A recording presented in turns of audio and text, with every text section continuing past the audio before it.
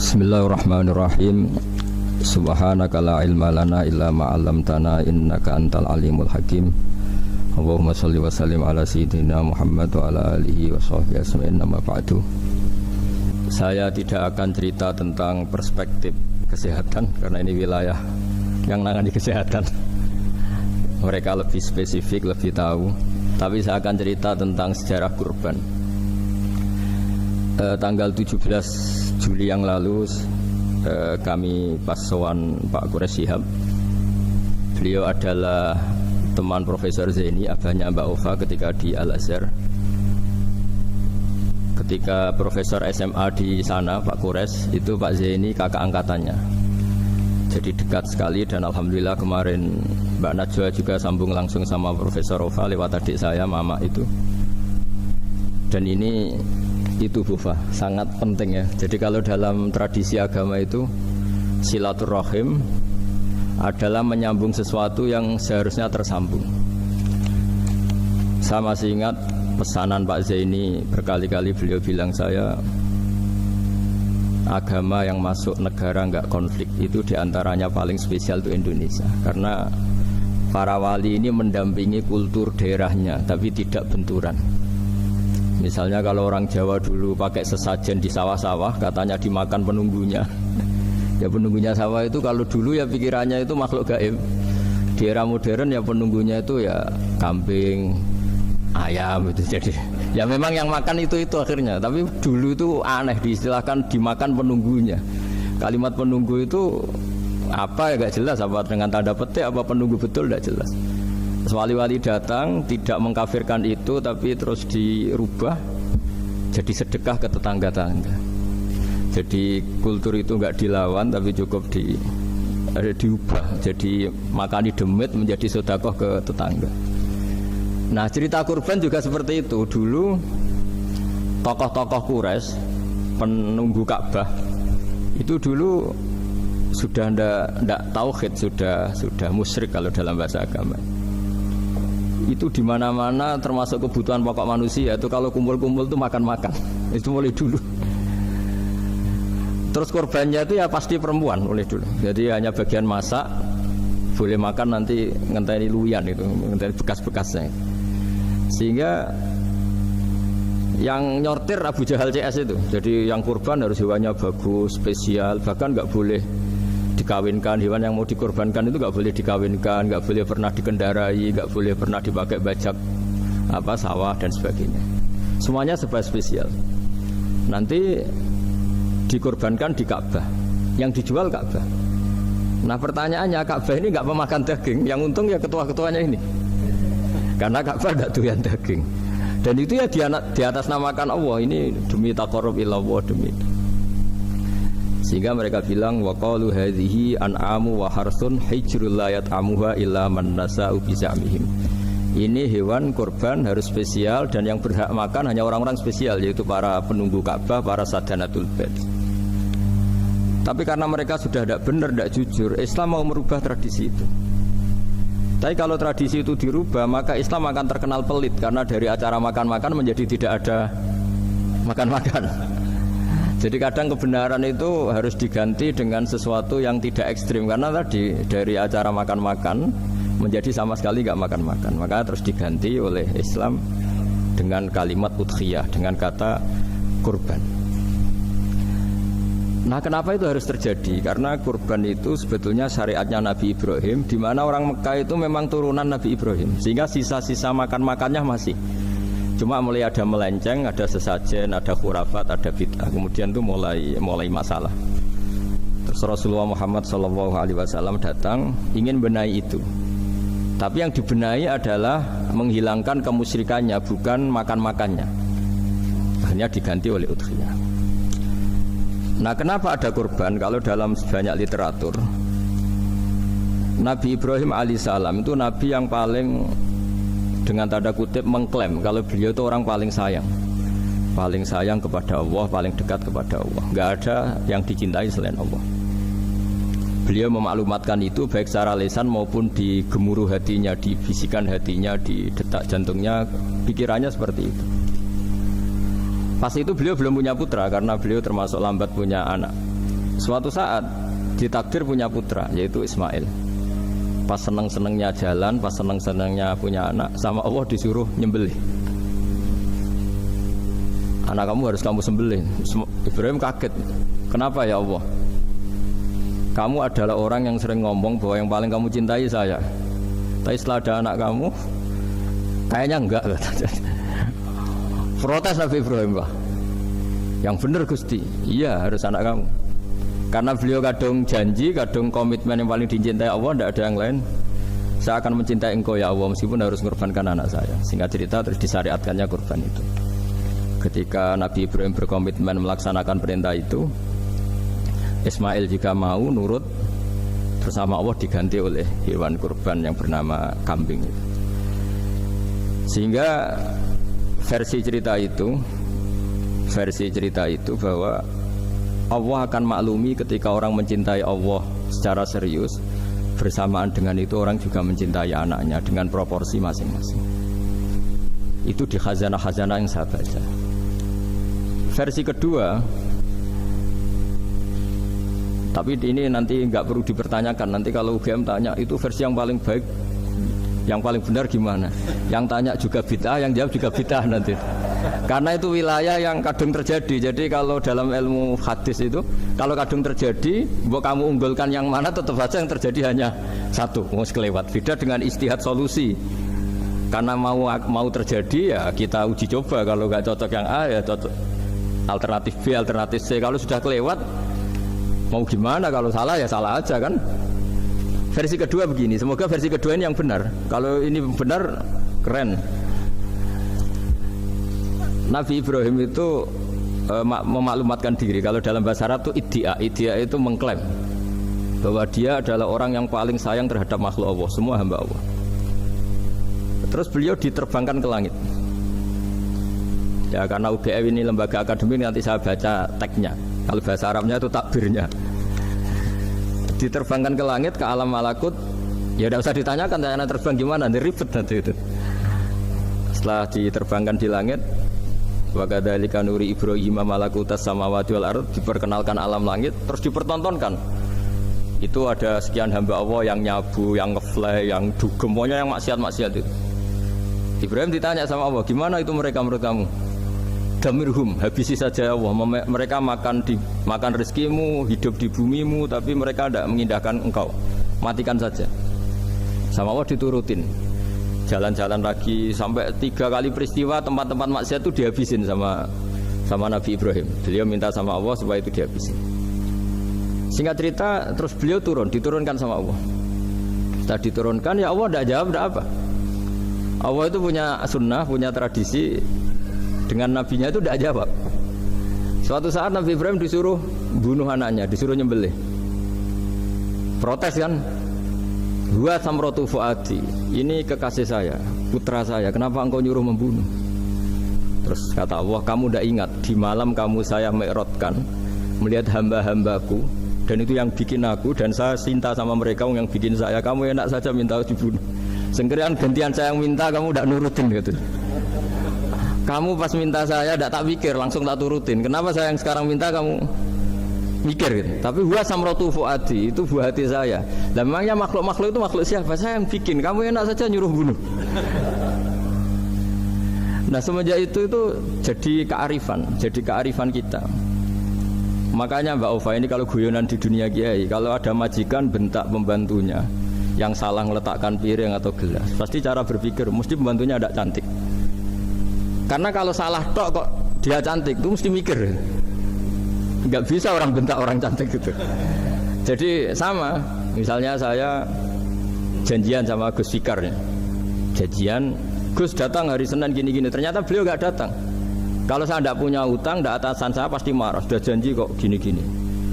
Saya bisa marah itu sebetulnya sebabnya itu 2. Saya kecewa dan dia tidak punya jasa. Tapi yang diomongkan hanya, wah, semua kamu khulful wa'di apa? Nggak tepat. Coba kalau ini atasan saya jadi dosen karena beliau misalnya. Saya punya utang beliau. Mbok nyulayani janji apa kan? Dia betul nopo-nopo kan. Sama. Ada majikan mencintai pembantunya karena sangat cantik. Mana ada mencahno piring. Omahe dirubuhno itu tidak apa-apa gitu. Sama. Makanya ada guyonan di dunia kiai itu, ada anak perempuan kan nggak lazim ya perempuan pakai GL Pro kalau dulu, mungkin sekarang pakai Ninja, pakai celana jin. Sopo iku wong luput suwo itu? Siapa itu perempuan kok gitu? Niku ponakane jenengan Mbah, astagfirullah, muga-muga pangeran nyepuro. Jadi langsung rubah dari maksudkan menjadi ndak karena keluarga. Nah, jangan-jangan kebencian kita pada maksiat itu oke, kita wajib benci maksiat, tapi tetap ada catatannya. Plus yang maksiat itu tidak orang yang terkait dengan kita. Coba kalau yang maksiat itu orang yang terkait dengan kita, itu anak kita, ponakan kita, mungkin istri kita, paling mintanya ya Allah ampuni, ampuni.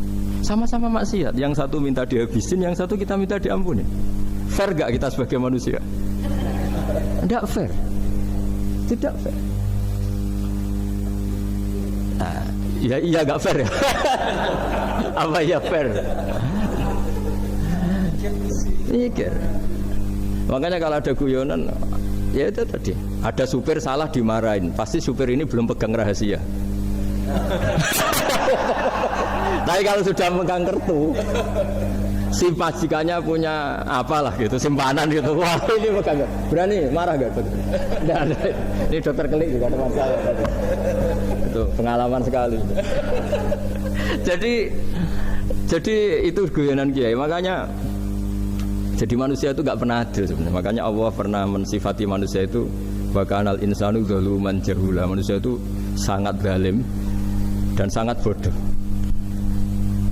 Kalau misalnya jenengan tanya, orang soleh pun itu gimana? Orang soleh asal manusia tidak nabi, itu ya mesti ada zalimnya. Makanya kalau dalam kitab Hikam diterangkan, kitab Hikam itu kitab yang olah manusia. Itu menyebut begini, manusia itu siapa? Dijawab, manusia itu mangkanat mahasinuhu masawiyah. Orang yang ketika baik saja salah, apalagi ketika salah. Kita misalnya punya toko laris itu, doanya mustajab, laris, pembelinya banyak, kualitasnya bagus. Pasti ada toko sekeliling yang megap-megap karena orang sekarang ke kamu kan gitu. Sama di kampus ya gitu, kalau ada kampus besar yang lain pasti ke masjid, terhalangi karirnya di semua. Sehingga orang supaya terus merasa salah, Rabbana dzalamna anfusana, meskipun kita sedang benar pun. Saya termasuk kiai yang kalau ngelepas haji, mungkin yang haji itu mangkel. Karena saya tidak pernah muji-muji haji, meskipun saya melepas orang haji. Umumnya kiai kalau ada orang haji kan dilepas haji mabrur, tidak ada lain balasan kecuali surga. Saya itu karena pernah kecil, pernah dengerin masyarakat. Itu ngenes ketika si kiai pidato tadi ternyata ngenes. Ngenesnya seakan-akan surga itu hanya milik yang haji. Nah, koyo kula sepundi Gus kula ora kelar kaji. Semenjak itu setelah saya jadi kiai ya dendam juga. Akhirnya setelah saya jadi kiai kalau ngaji, orang yang haji mabrur balasannya surga, orang yang fikir sabar juga surga, orang yang sering dimarahin istri juga surga. Kata pokoknya surga lah terus. Sampai yang mau haji itu, Gus gimana kok bakas kita kok sama dengan mereka? Ya karena saya ada ulama pesanan kata saya. Jadi artinya gini, ketika Anda muji ibadah haji, jangan kira yang ngenes tidak banyak, yang ngeluh juga banyak karena mereka ada takdir gak mampu haji. Itu hebatnya Islam. Islam juga datang dengan solusi-solusi. Misalnya Jumatan itu hajinya orang miskin, orang yang ingat Allah mulai subuh sampai matahari terbit juga sama dengan umroh. Jadi karena tidak semua orang itu mampu haji. Jadi itu Islam. Jadi nanti tak bacakan, jadi versi kedua itu Nabi Ibrahim diperingatkan Allah bahwa tidak seperti itu cara mengelola hambaku. Nah, Islam ini kata Allah anit tabi' millata Ibrahim hanifa. Referensinya Islam, mentornya Islam itu Nabi Ibrahim. Sehingga kita alhamdulillah punya sejarah wali songo. Saya punya orang tua Kiai Nur Salim itu sayang sekali sama umat, Mbah Mun juga gitu. Saya sama Profesor Zaini itu sudah mulai tahun 2000 terus setiap hari ketemu juga nggak pernah kecewa. Beliau itu pernah disalahpahami, mungkin Bu Ova belum dengarin. Pernah disalahpahami karena beliau itu tangan kanannya kan agak kuat. Jadi kalau ngambil apa itu pakai tangan kiri. Itu pernah disalahpahami ya, mungkin orang hasud karena tidak mengkonfirmasi langsung mengklaim beliau itu kiai profesor, kalau apa-apa pakai tangan kiri. Kira-kira pertanyaan sunnah Rasulnya mana kan gitu. Beliau itu ya hanya corong Jawa itu berambang, agak nangis tapi tidak sampai keluar air mata tapi berambang. Terus beliau bilang gini ke saya, Seharusnya gimana Mas Pak? Ya kalau Pak Zaini ingin jadi wali ya tidak usah menjelaskan. Kalau Pak Zaini ingin menjelaskan berarti ingin diakui makhluk. Tapi kalau nggak dijelaskan mereka salah paham terus. Tapi cepat jadi wali karena sudah mulai mengabaikan apa kata mereka. Tapi kalau menjelaskan ya enggak. Ya lama jadi walinya. Tapi bagusnya orang nggak salah paham. Pak Zaini tertawa-tawa. Jadi wali apa enggak? Jadi saya tuh lama sekali sekamar dengan beliau ada di Badan Wakaf ya Mas Fajar ya. Badan Wakaf yang atas itu kan dulu tempatnya Pak Rektor kan kosong. Oleh itu kita tempati sama Pak Zaini bertahun-tahun tiap hari diskusi. Dan nggak pernah ceritanya beliau itu penting. Karena seneng guyon, memang khasnya ulama itu seneng guyon. Kemarin saya ketemu Pak Kures, beliau cerita, saya ini punya idola Gus Pak. Kalau manggil saya Gus kadang ya Pak. Dulu beliau doktor filsafat. Lama-lama jadi Syekhul Azhar. Itu kalau ke kuliah pakai bis ya. Kata Pak Kures pakai bis. Suatu saat di Al Azhar itu kan beda dengan di yang lain ya, agak-agak modern. Si gurunya ini, beliau itu karena banyak yang berdiri, beliau duduk ada perempuan berdiri, terus yang lelakinya berdiri, terus jatah duduknya dikasihkan perempuan. Perempuannya itu pakai pakaian yang agak minim, agak seksi lah, agak minim. Terus si Syekhul Azhar tadi saat itu belum Syekhul Azhar, punya 2 permen. Ini ceritanya Pak Kures punya 2 permen, terus yang satu sudah dibuka, yang satu masih bungkusan, masih ditawarkan. Silakan Mbak, kamu milih yang mana? Milih yang masih itu. Padahal bukanya itu supaya lebih gampang. Ternyata milih yang masih bungkusan. Kenapa Mbak? Ya ini lebih steril karena pakai bungkusan. Oh iya. Itu pelajaran itu. Terus Pak Kures nantang saya, Gus Pak punya enggak cerita tandingan? Wah kalau saya kebalikannya Pak. Di kereta itu ada Cina, enggak khitan ya. Ketemu sama kiai kampung. Kenapa khitan? Enggak khitan juga sama gini-gini gitu. Terus dikasih pisang. Terus dimakan, dikupas dulu. Kok udah langsung aja. Terus kata Pak Kures, nah ternyata sama Pak Zaini sama Pak Kures itu dibalik ke profesorannya. Ceritanya itu ya guyon terus. Karena memang agama ini itu kalau masalah kebenaran itu serius, tapi dibalik kebenaran ini yang perlu dicatat oleh semua yang mencintai agama ini, bahwa Allah itu tidak butuh taat kita, dan Allah tidak akan gagal sebagai Tuhan karena maksiat kita.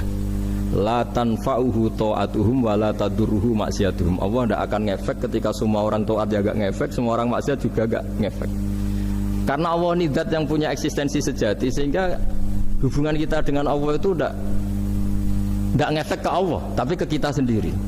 Sehingga mereka lebih rileks karena nggak merasa harus mati-matian bela Allah. Allah tetap Al-Qayyum, zat yang bisa berdiri sendiri. Sehingga di kitab-kitab itu ada bab namanya Mizahun Nabi, guyonan-guyonan Nabi. Itu ada babnya sampai di kitab Ihya, di kitab banyak lah kita.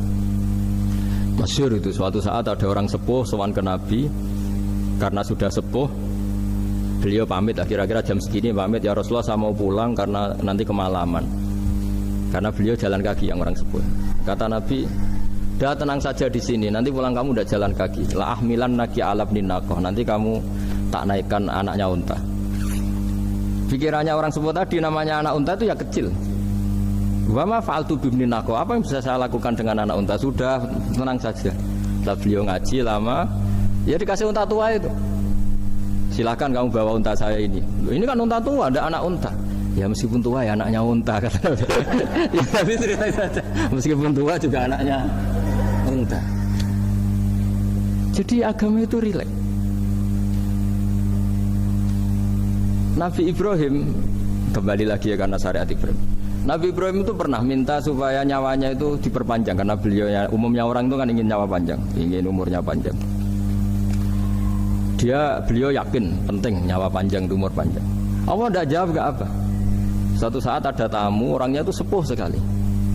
Nabi Ibrahim karena orang yang sangat menghormati tamu dikasih kurma, apa itu? Anggur. Itu setiap dimakan dikunyah, meler lagi keluar. karena sudah sepuh, nggak ada giginya, kukunya keluar lagi. Itu jawabnya Nabi Ibrahim, ya Allah, masuk lagi ke kamar, sholat lagi, mengcancel doa panjang umur. Katanya Ibrahim, oh jenengan jawab toh gitu. Artinya kalau ingin tua sekali ya nasib kamu kayak itu gitu. Jadi karena beliau tahu itu jawaban terus masuk kamar, oh jawab tuh Gusti jenengan, terus membatalkan doanya. Itu Nabi Ibrahim. Kalau orang sekarang enggak, ndonga ngarani, ya tua ya tetap sehat, tetap wah itu. Itu lebih ribet itu. Iya, jadi karena doa itu kalau nggak diperjelas itu ya repot. Ini cerita supaya kita berislam itu ceria. Saya Mbah Mun itu meskipun kiai top, senengannya dia guyon bapak saya. Tapi guyon itu ada yang wajib. Saya dulu itu janggal. Ini cerita ya, mungkin kalau di kampus-kampus umum agak asing, tapi ini cerita. Nuduh zina itu dosanya besar sekali. Saya ulang lagi, nuduh orang lain zina itu dosanya besar sekali. Disebut bab qadzaf. Saya pernah menjumpai 3 kiai besar Bu, 3 kiai besar. Kiai top semua. Di majelis itu ada gosip bahwa si A itu punya selingkuhan sama Sri itu misalnya, atau siapalah dengan perempuan. Itu kalau di Arab itu senengannya pakai Salma, Laila Majnun Salma. Kalau di Jawa itu kasihan korbannya itu. Ya, tapi itu contoh saja ya. Itu si Kiai 3 tadi gak ngefek, malah tanya gini, loh apa perempuannya cantik? Wah cantik sekali Mbah. Cantiknya sampai kayak apa? Malah bicara cantiknya perempuan. Saya itu ya pertama iskal, ini Kiai kok bakas orang apa? Cantik, orang ayu ya. Setelah majelis itu bubar, yang penggosip tadi ya, yang gosip ini gak Kiai, yang pembisiknya ada Kiai, yang gosip ini gak Kiai. Cuma Kiai 3 ini posisi mendengar, tapi malah tanya cantiknya tadi. Singkat cerita setelah orang itu pulang bilang gini, Gus, itu kalau saya bilang iya dengan gosip itu, saya ikut qadzaf, saya ikut menuduh orang lain zina, itu dosa besar. Selain itu saya kiai, kalau saya bilang iya dianggap membenarkan. Maka untuk mengalihkan nggak bicara nuduh, jadi guyon tadi. Jadi guyonnya itu karena kalau kita tadi bilang iya artinya mengiyakan. Dan itu artinya qadzaf, punya dosa besar karena nuduh orang lain zina. Diperparah dia kayak besar, kan orang menjadi percaya karena yang ngomong bukan penggosip lagi, tapi ya, maka dialihkan. Loh, ayo nucung. Sampai segitunya kearifan. Sehingga dulu ketika Ma'is itu seorang sahabat yang pernah salah besar. Itu Nabi ketika beliau ada gosip salah gitu ya, Nabi masih jangan-jangan kamu hanya mimpi, Cung. Jangan-jangan kamu hanya megang, tapi tidak sampai zina. Sampai terakhir Nabi tanya, Afi aklikaseun, jangan-jangan otak kamu sudah agak error. Saking tidak inginnya Nabi mempercayai hal-hal seperti itu. Nah, problem kita di zaman sekarang justru kadang nyari-nyari supaya tahu buktinya. Yang dulu para orang soleh menghindari bukti itu supaya nggak suudzon, sekarang orang mencari-cari bukti. Padahal itu dilarang, wala tajassasu, orang nggak boleh mencari-cari kesalahan orang lain. Nah, itu kearifan yang saya dapatkan dari Bapak, dari Mbah Mun, dari Pak Zaini, dari Pak Gores. Mereka orang-orang yang luar biasa menghindari ngomong penting. Sekarang itu orang banyak yang sering ngomong penting, sebenarnya itu malah salah. Karena kalau ngomong penting itu vonis terhadap orang lain. Tapi kalau kamu rileks, tidak. Nabi dulu itu rileks sekali. Ketika beliau ngaji gini, terus ada pemuda lewat bawa cangkul mengabaikan pengajian Rasulullah. Banyak sahabat bilang, celaka orang itu, ada Nabi ngaji kok tidak ikut. Jawabannya Nabi unik. Jangan-jangan dia punya keluarga yang harus kerja, dan kalau harus kerja untuk nafkah keluarganya itu juga ibadah, itu ya sunnah saya. Jadi Nabi rileks saja, tidak tersinggung, tidak. Nah, kenapa kita butuh rileks? Karena kebenaran sekali dipaksakan itu jadinya benturan. Itu wali-wali Songo itu dulu sudah berpikir seperti itu. Sehingga Pak Zaini yang sering ngendikan sama saya, kita ini bisanya mengikuti Mas Bah, kalau manggil saya Mas, tidak bisa benturan.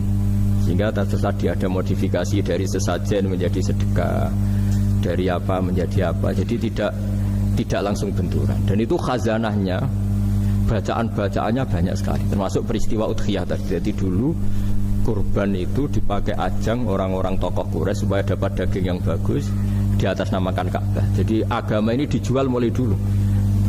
Sekunane kuno agama ini dijual. Dan agama mulai dulu ya prospek. Ka'bah itu bisa menyedot wisatawan berapa, wisata religi. Sehingga dulu ada Ka'bah tandingan, perhitungannya juga ekonomi. Jadi mulai dulu itu ya sudah seperti itu, mau apa Mang Allah bikin dunia seperti ini. Jadi dulu, mulai dulu agama itu ya sampai orang Yahudi gak mau iman sama Nabi ya pikirannya sederhana, kalau saya tokoh banyak yang sowan, banyak yang ngasih-ngasih. Kalau saya ikut Muhammad, saya anak buah, yang ngasih saya siapa ya? Jadi perhitungannya juga ekonomi. Jadi ketika Abraham mau bikin apa Ka'bah tandingan, itu perhitungannya juga ekonomi. Jadi ribet kan memang kalau manusia itu sudah ribet. Tapi Islam ini datang bukan untuk itu, tapi memaklumi itu. Itu hebatnya Nabi Ibrahim. Ketika beliau berdoa, ya Allah, keluarga kami saya tempatkan di Mekah. Rabbana liyuqimus sholata faj'al af'idatam minan nasi tahwi ilaihim warzuqhum minas samarat. Cuma menurut Islam dibalik, ya Allah, kita ini ingin anak-anak kami ini bersujud kepada Engkau, ingin anak-anak kami ini melakukan sholat. Tapi mereka ini manusia yang untuk ketahanan hidupnya butuh makan, butuh rizki, butuh ekonomi.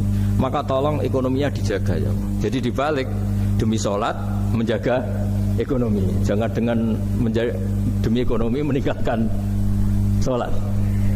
Jadi dibalik, jadi demi sholat menjaga ekonomi. Juga termasuk menjaga politik. Andaikan tidak ada orang Islam yang cakap politik, terutama yang soleh-soleh, kemudian negara bikin aturan ala mereka, sholat dianggap larangan, pengajian dengan larangan, juga repot. Makanya mulai dulu kiai-kiai itu ya politik, karena nggak ingin negara ini diatur oleh orang yang anti sholat, anti agama. Karena kalau negara terserah yang sedang jabat, kemudian yang jabat tidak soleh, bisa nganggap maksiat-maksiat tidak ilegal, yang pengajian justru ilegal. Nah, di sini kenapa banyak orang-orang soleh dulu ya rata-rata ya berpolitik mulai sebelum kemerdekaan sampai setelah kemerdekaan. Jadi itu ada filosofinya. Nah, bahwa ada oknum-oknum yang tidak seperti itu ya monggo, itu oknum. Tapi sebetulnya awal-awalnya kenapa banyak orang soleh yang politik, karena nggak ingin negara ini dipimpin oleh orang-orang yang anti agama, anti kebaikan. Sehingga berkahnya apa? Berkahnya negara ini berkonstitusi secara Islami. Meskipun tidak negara Islam, tapi tadi hak asasi manusia terjaga, hak belajar, hak beragama, hak ibadah. Coba bayangkan kalau kita jadi korut, Korea Utara kan pusing. Jadi, nah itu uniknya. Lagi-lagi ini cerita uniknya. Itu mulai dulu itu tidak ada benturan. Ketika ada Masumi, ada Partai NU, ada macam-macam. Muhammadiyah datang di Jogja itu Mbah Ahmad Dahlan itu teman dekatnya Mbah Hasyim. Saya tahu banyak tentang, namanya dulu Mbah Darwis. Itu dulu ngajinya sama pernah buyut-buyut Qiyami di sini. Dulu ngaji Mbah Soleh Darat, Mbah Ahmad Dahlan sama siapa itu Mbah Hasyim.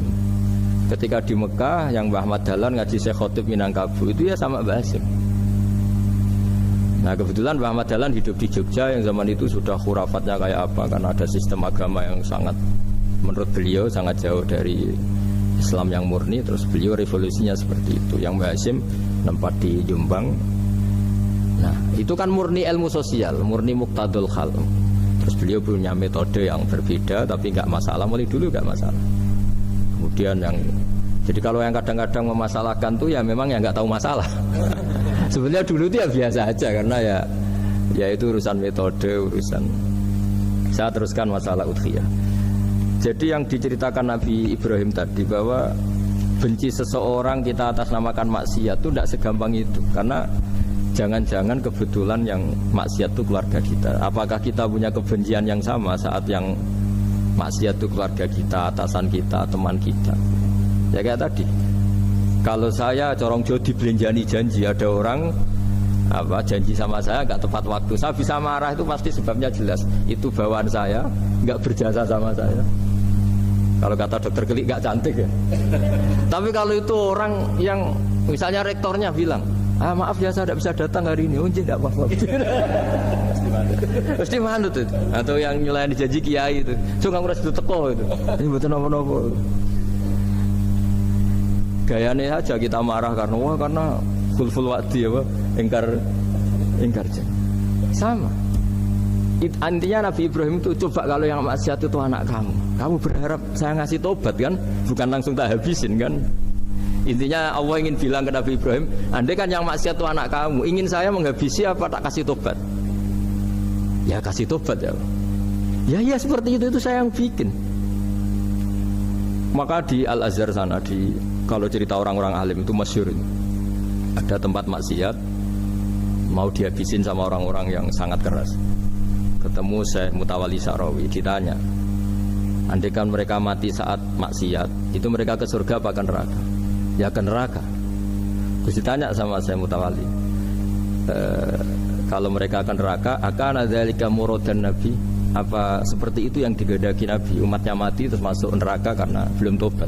Tidak, Nabi inginnya mereka tobat dulu. Ya sudah, jangan dihabisin. Kamu berproses ikut mentobatkan mereka. Kebetulan ini mau mendengar. Jadi kita lunak, kita baik itu ya semuanya ingin la'allahum yarji'un, semoga mereka kembali, mereka tobat. Bukan lunak dengan arti mengakui maksiat itu satu kebaikan, itu yang bahaya. Kalau lunak sampai mengakui itu maksiat itu kebaikan, itu bahaya sekali. Tapi kita lunak karena kita ingin berproses untuk bertobat. Karena tadi kalau kita punya nurani itu mesti, andai kan yang maksiat itu anak kita atau teman dekat kita atau orang yang berjasa sama kita, apa kita bisa tegas? Kira-kira gimana? Bisa kamu tegas sama anak kamu? Berat. Ditantang minggat saja pusing gitu. Ya makanya terus ini saya baca teks aslinya ya, supaya mungkin sebagian yang punya kitabnya atau memang punya tradisi akademik supaya mendengar ini. Saya baca ini versi yang kedua ini di kitab Hikam. Kitab Hikam itu termasuk kitab pegangan para kiai, halaman 4 juz 2.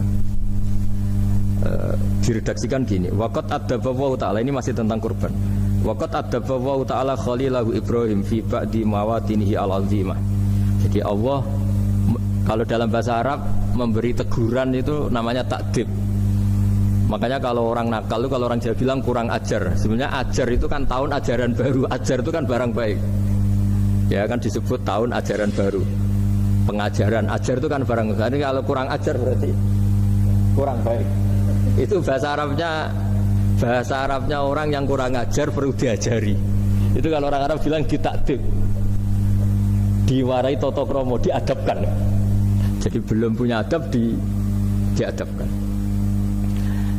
Itu udah, tapi tentu Nabi Ibrahim nggak sampai kurang ajar. Ini kan cerita bahasa ya. Jadi kalau sebenarnya ajar itu udah buru-buru kurang ajar, berarti orang ini kurang pelajaran, kurang.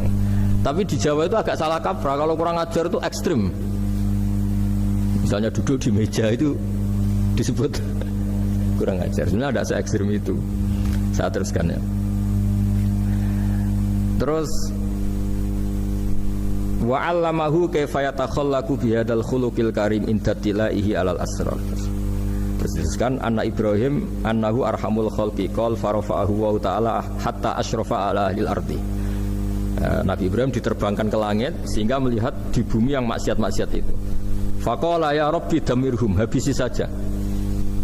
Terus faqala wa ana arhamu bi ibadi minka ya Ibrahim ihbit fala'allahum yatubun wa yarji'un. Jadi setelah permintaannya semua dikabulkan, dihabisin sama Allah. Terakhir, cobalah kamu sekali-kali dakwah ke mereka. Kamu belum pernah dakwah kok tahu-tahu minta mereka dihabisin. Coba kamu dakwah, jangan-jangan mereka mau kembali. Nah terus sebagian cerita itu terus diteruskan. Ketika suatu saat Ibrahim akhirnya diminta menyembelih putranya, inni ara fil manami anni atfahuka fanzur madza tara falamma tashammara lidzalik wa akhadha sikin biyadihi qala Allahumma hadza waladi wa samratu fuadi wa habbun nasi ilayya. Ya Allah, ini buah hatiku, ini orang paling saya cintai, kenapa engkau menyuruh ini supaya saya bunuh? Terus beliau dijawab sama Allah, ama ta'lamu anni rahimun bi ibadi kama anta syafiqun bi waladik fa idza sa'altani ihlaka abdi as'aluka dzabha waladik wahidan bi wahidin. Jadi kalau dulu kamu minta supaya hamba saya tak habisin karena maksiat, Sekarang saya juga minta kamu menghabisi anak kamu. Tapi ini kan anak saya, sama itu hamba saya yang bikin juga saya kan. Nah semenjak itu Ibrahim dianggap sebagai bapak kasih sayang. Karena semenjak itu terus beliau orang yang paling sayang. Sampai ada 3 nabi yang menjadi metodenya Rasulullah SAW sebagai mentornya. Kalau Nabi Nuh melihat kemaksiatan langsung bilang Rabbi la tadzar alal ardi minal kafirina dayyara, habisi semua ya Allah. Tapi kalau Nabi Ibrahim apa? Faman tabi'ani fa innahu minni wa man asani fa innaka ghafurur rahim. Orang yang ikut saya ya karuan kelompok saya, dan yang belum ikut semoga engkau mengampuni. Tentu lewat proses dakwah, lewat proses. Nah, Wali Songo, kembali ke Wali Songo dan para guru-guru kita itu seperti itu semua. Jadilah Islam yang di Indonesia, Islam rahmatan lil alamin itu konstruksinya ya dari ilmu-ilmu seperti ini. Bacaannya seperti ini. Karena ternyata kita tegas tadi ujung-ujungnya karena itu tidak cantik, tidak atasan kita, tidak berjasa sama kita. Kamu kalau ada supir telat, supir kok telat datang kantor gitu, pasti supir itu belum pegang rahasia. Setelah pegang rahasia tak jamin aman itu meskipun telat. Karena lebih ngeri pasti. Artinya manusia itu kayak apa ngeklaimnya tegas, disiplin, objektif. Kira-kira iya apa enggak? Enggak lah kayaknya ya. Ya pasti tadi. Nah itu yang makanya bapak saya kalau guyon sama saya itu, kalau umumnya orang itu kalau di dunia kiai muji istiqomah. Istiqomah itu konsisten jadi imam masjid, konsisten jadi guru, jadi apa. Kalau bapak itu sering guyon ke saya, iku istiqomah apa mau digenti wong liya katanya. Artinya di balik istiqomah itu juga ada catatan lain. Jangan-jangan ambisi gak mau diganti orang lain. Jadi intinya manusia itu dalam benar saja ada unsur salahnya, apalagi pas salah gitu maksudnya. Nah ya pas benar saja ada unsur salahnya, apalagi pas salah. Nah, itulah dengan sudut pandang seperti ini adalah orang terus gak gampang menghakimi orang lain. Karena manusia yang baik adalah cukup dia merasa aibnya banyak, salahnya banyak, kemudian itu menyibukkan dia dari mencari-cari aibnya orang lain. Makanya kalau dalam cerita Ibrahim alaihissalam, karena kurban itu identik dengan syariatnya Nabi Ibrahim. Ini saya punya catatan yang kemarin tak baca juga di Jakarta. Itu suatu saat Nabi Ibrahim itu didatangin orang Majusi dulu. Orang Majusi itu ya tidak beragama. Singkat cerita Nabi Ibrahim itu terkenal kaya dan suka menghormati tamu. Dulu tamu itu sangat penting dihormati karena dulu gak ada warung, terus padang pasir. Kalau sekarang itu ya wajib dihormati tapi tidak wajib-wajib banget. Karena biasanya sudah marung di mana-mana. Sudah marung di mobilnya bawa apa? Bekal. Kalau dulu di padang pasir kalau tamu nggak dihormati bisa mati betul. Kadang sudah hari perjalanan itu nggak makan nggak apa karena di padang pasir warung nggak ada, nggak bisa ngopi-ngopi ya dulu. Sehingga kalau menghormati tamu dulu itu pahalanya luar biasa ngasih makan itu. Kalau sekarang ya pahalanya biasa aja karena ya tamunya makannya ya biasa aja karena sudah kenyang duluan itu. Singkat cerita orang ini datang ke Ibrahim minta dikasih makan. Nabi Ibrahim mengatakan kamu syaratnya harus Islam dulu, kalau enggak kasih makan. Karena Ibrahim itu seorang nabi dan beliau komitmennya seperti itu. Si tamu tadi putus asa. Akhirnya wala itu ya sudah meninggalkan Ibrahim. Setelah beberapa jangkah Allah bilang ke Nabi Ibrahim, orang itu umurnya berapa tadi bilang ke kamu? 50 tahun. Pernah enggak orang itu kelaparan? Kata Allah, enggak, baru ini kelaparan. Terus kata Allah, mundu khamsina sanatan nut'imuhu ala kufri falau nawal tahu lukmatan min ghairi antu talibahu bitahiri dinik lakana ahsan. Orang itu umurnya 50 tahun itu ya tak kasih makan padahal dia Majusi. Kamu baru diminta sehari saja minta syaratnya Islam. Terus itu ada di kitab apa Ar-Risalah Al-Qusairiyah di halaman 262. Jadi cuma dulu itu motifnya semuanya agama, bukan atas nama demokrasi atau kebebasan beragama. Karena dulu itu orang dulu itu kan saking sayangnya Allah, apa-apa konstitusinya ya perintah Allah. Dan ternyata perintah Allah seperti itu. Akhirnya dipanggil. Kemana ya Majusi ke sini tak kasih makan. Terus Majusinya kan kaget. Ada apa? Kenapa kamu rubah? Ditegur Tuhan kan. Iya, ditegur Tuhan itu. Jadi dan alhamdulillah saking simpatiknya orang Majusi tadi akhirnya masuk Islam. Sama itu kan mirip orang Yahudiyah atau Yahudi itu yang tanahnya itu diambil ya sama Amr bin As untuk perluasan masjid di Mesir. Ya ketika lapor ke Sayyidina Umar, ngiranya itu kan dibenarkan perluasan masjid, ternyata Umar belain yang Yahudi. Iya, yang punya tanah harus dikembalikan tuh haknya. Jadi Islam itu menghormati hak kepemilikan meskipun itu milik non muslim. Jadi kata Allah, mut khamsina sanatan nut'imuhu ala kufri. Kalau nawal tahu lukmatan min ghairi antu talibahu bitahiriti ini. Mbok dikasih makan aja, tidak usah nyuruh ganti agama. Wong saya saja yang Tuhan ngasih makan dia sudah 50 tahun tanpa syarat. Tanpa syarat. Ya jadi ini cerita ya Bu Ufa. Jadi kita mungkin kenangan saya dengan Bapak, Bu Ufa dengan Profesor saya ini kebetulan teman dekat sekali sama saya dan hampir tiap hari saya ketemu minimal 3 jam bertahun-tahun. Sampai kalau kehabisan cerita akhirnya cerita keluarganya karena kesuwan belajar karena akhirnya cerita keluarga. Maksud saya tadi ini saya cerita ini barang baik ketika beliau pernah ditahan karena aktivis dulu. Itu pas mau lahirnya Bu Aufa, terus beliau berdoa mati-matian delalah dibebaskan. Beliau sempat nunggui kelahirannya Bu Aufa ini, terus dinamai Aufa Amalia. Itu kalau dalam bahasa Arab itu Aufa itu Allah memenuhi apa yang saya angen-angen. Jadi itu ceritanya itu gitu. Jadi nama itu spontan aja ketika iya, jadi beliau itu aktivis dulu. Bukan di penjara karena korupsi atau kriminal, bukan karena aktivis. Karena kalau model sekarang Bu Ufa, kalau nggak dijelaskan detail ditahan karena aktivis, nanti dikira ditahan karena yang lain. Ribet kan? Jadi ditahan karena beliau itu dulu aktivis, bukan karena apa. Ya saya kira demikian. Monggo kalau ada sesi tanya jawab, kalau tapi yang ringan-ringan saja nanti jadi serius. berapa pertanyaan? Apa waktunya? Pakai waktu 10 menit ya. Ini pas.